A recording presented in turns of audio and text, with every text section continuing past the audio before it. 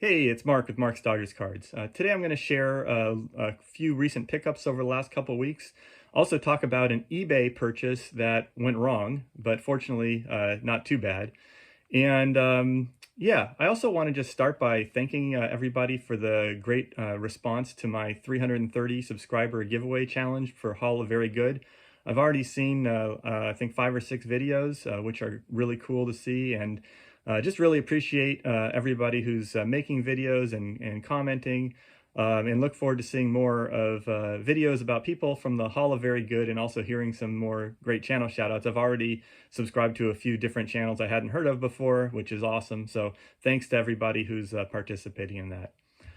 Before I turn the camera around and show some of the real cards I've gotten, I want to talk about an eBay purchase, which ended up being a fake card or a reprint. I saw this listed. This is as a 1915 Cracker Jack.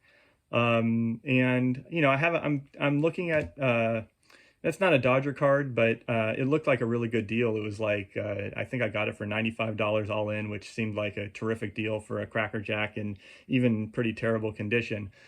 Before I bought it, I was a little skeptical, but you know, it seemed the person had good feedback. It seemed like credible. So the pictures weren't terrific, but I did look and they said that they would accept returns within 30 days.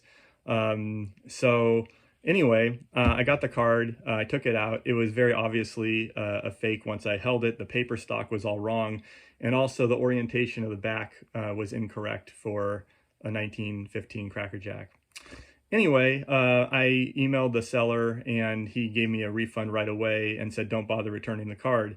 But I thought it was a little weird, just a kind of a note of caution to kind of look out for stuff like that. I felt I was okay because they accepted returns, and obviously it was such an obvious fake it would be covered under eBay's return policy, but thankfully the guy gave me a return really quickly and it wasn't an issue. Okay, now I'm going to turn the camera around and show some of the real cards that I've gotten in the last couple weeks. All right, speaking of the Hall of Very Good, this pickup was $12 delivered. This is Bill Singer, 1970 Kellogg's. This is my first Kellogg's card, and they are so cool. Never really had one in person. This kind of 3D business. Yeah, they're just really cool. I'm looking forward to getting more Kellogg's cards to come. Anyway, it's got a little crack here, so I'm not sure how that works with its grading of a 6, but you know, I like it. And yeah, Singer was a 2-time All-Star for the Dodgers, won 20 games twice.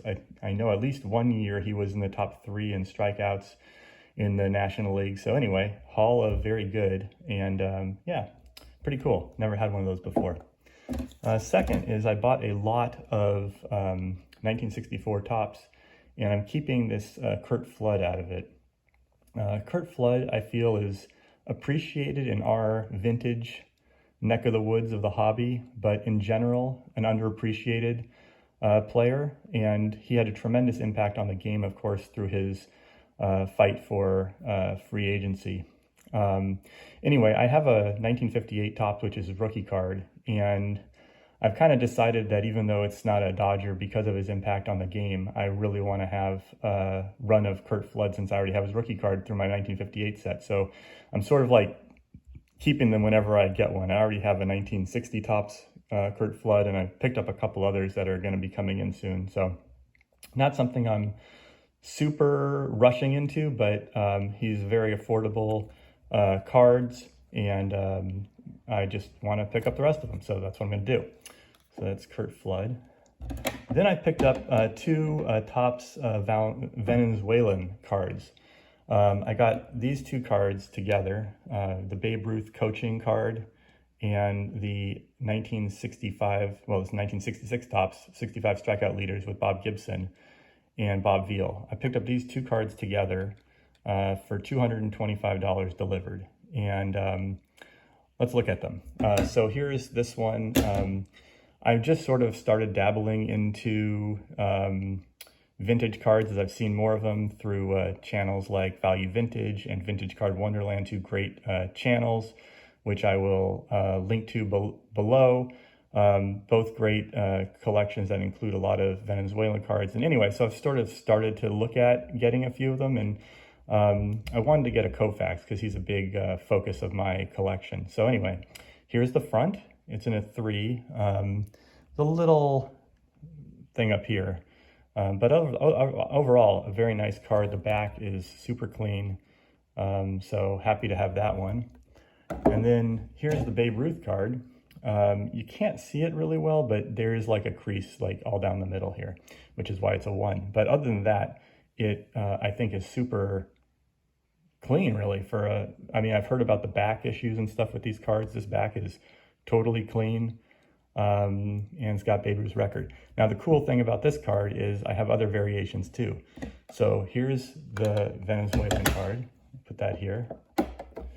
And then I have this card, which is the normal or regular Topps version.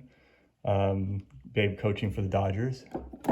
And then I also have this card, which is the green tint version from the 62 Topps. So here you got all 3 of these versions together of Babe Ruth coaching for the Dodgers.